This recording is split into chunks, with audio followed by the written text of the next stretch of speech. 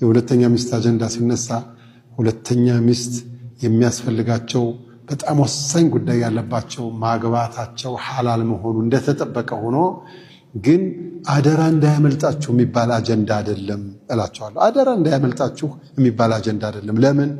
ሰው ጊዜ የለው፣ ገንዘብም የለው፣ አኽላቅም የለው። ሰው አኽላቅ ከሌለው፣ ገንዘብ ከሌለው፣ ጊዜ ከሌለው ለአንድ ሴትም ሚስት ባል መሆን አቅቶታል እንኳን ለሁለተኛ ሚስት ባል ሊሆን። ስለዚህ የድሮዎቹ ያሁን ችግር የለም። ምክንያቱም ጧት ፈጅር ሰግዶ ይወጣል። ከኢሻ በኋላ ነው የሚገባው፣ 4 ሰዓት ነው፣ ደክሞት ነው የሚገባው። ከዛ ለብቻው ነው የሚተኛው፣ ተጠቅሎ ፊቱን ዙሮ ነው የሚተኛው።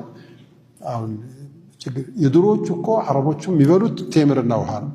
ወማ ካነ ጧዓሙኩም ያ ኡማህ ብዬ ብጠይቃቸው እናታችን አይሻ አልማኡ ወተምሩ ተምርና ውሃ ነው ብለዋል። ተምርና ውሃ የጠጣ ጨጓራ የለበት፣ ካንሰር ኬዝ የለበት፣ ጉበት የለበት፣ ምናምን የለበት፣ ሙሉ ሰውነቱ ጽድት ያለ ኃይልና ሙቀት ሰጪ ምግብ ነው የሚመገበው። ምንም ችግር የለበትም። የህይወት ፕሮግራሙ እንዴት እንደሆነ ታውቃለህ? ጧት ለስራ ይወጣል። 4 ሰዓት ላይ ፀሐዩ ከስራ ቦታ አስነስቶ ቤቱ ያስገባዋል።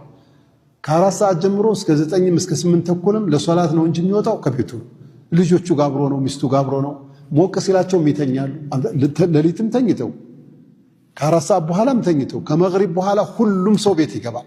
ኢሻ ሰግዶ አንዲት ሰው ነብዩን ጨምር አለይሂ ሰላቱ ወሰላም ውጭ የሚያመሽ አካል የለም። فكان النبي صلى الله عليه وسلم يكره السمر ممشة كعشاء بحالا ورين يتلو نبر.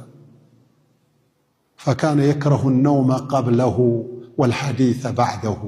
كعشاء بفيت متنيات كعشاء بحالا وري نبياتنا يتلو نبر عليه الصلاة والسلام. ስለዚህ ፕሮግራሙ ከሴቶች ጋራ ከልጆች ጋራ የሚያዋህድ የሚያገናኝ ነበር። ያሁኑ ግን የለም።